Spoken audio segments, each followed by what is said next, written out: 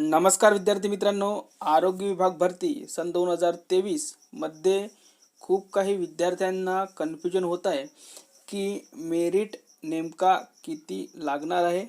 आमच्या कास्टनुसार, आमच्या जिल्ह्यानुसार, आम्ही ज्या घटकामध्ये आम्ही ज्या ठिकाणी फॉर्म भरलेला आहे तिथे नेमका कट ऑफ किती जाईल आणि विद्यार्थ्यांचा हा संभ्रम दूर करण्यासाठी आपण एक सिरीज सुरू केलेली आहे विद्यार्थी मित्रांनो. आणि त्यामधील आज काही जिल्हे घेतलेले आहे विद्यार्थी मित्रांनो. उद्या परत आपण काही जिल्हे घेऊन येणार आहे. तर बघा, नागपूर, पुणे, ठाणे, नाशिक, कोल्हापूर, अकोला आणि तुमची इच्छा असेलच तर विद्यार्थी मित्रांनो तुम्ही ज्या जिल्ह्यात फॉर्म भरलेला आहे ते सुद्धा विद्यार्थी यामध्ये सहभाग घेऊ शकतात.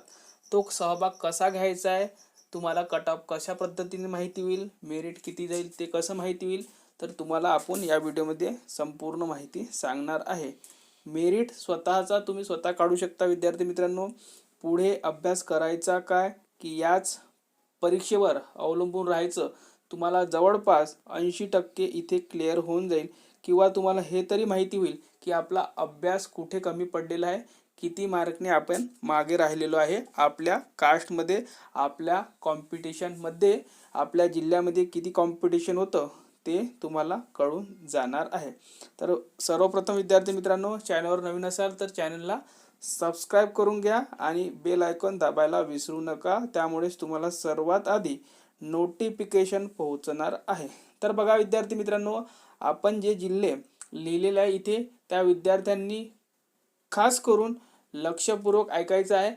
तर बघा, तुम्ही काय करताय, व्हिडिओ बघता आणि त्यामध्ये कमेंट अधुरे करतात, पूर्ण कमेंट करत नाही. त्यामुळे आम्हाला काय कन्फ्युजन होत आहे की नेमका हा विद्यार्थी कोणत्या जिल्ह्यामध्ये फॉर्म भरलेला होता, याने कोणत्या जिल्ह्यामध्ये नेमके मार्क्स सांगितले आहे ते आम्हाला कळत नाही. त्यासाठीच आपण हे स्पेसिफिक हा व्हिडिओ बनवलेला आहे या जिल्ह्यांसाठी.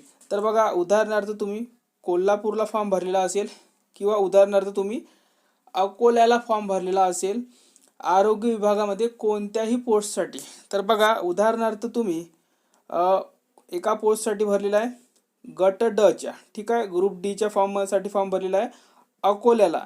तर विद्यार्थी मित्रांनो कसं लिहायचं आहे, अकोला, काय लिहायचं आहे, अकोला, त्याखाली तुमची कास्ट लिहायची आहे, ठीक आहे. त्यानंतर तुमची कास्ट लिहिली की तिथे कास्ट लिहिल्यानंतर विद्यार्थी मित्रांनो, उदाहरणार्थ तुम्ही OBC असाल OBC लिहायचं आहे, EWS असाल EWS लिहायचं आहे, आणि जरी तुम्ही कास्टमध्ये मोडत नसाल, ओपनमध्ये असाल तर तिथे ओपन लिहायचं आहे. त्यानंतर तुमचे मार्क लिहायचे आहे. उदाहरणार्थ तुम्हाला 160 मार्क पडलेले आहे, उदाहरणार्थ तुम्हाला 158 पडलेले आहे, उदाहरणार्थ तुम्हाला 180 मार्क पडलेले आहे.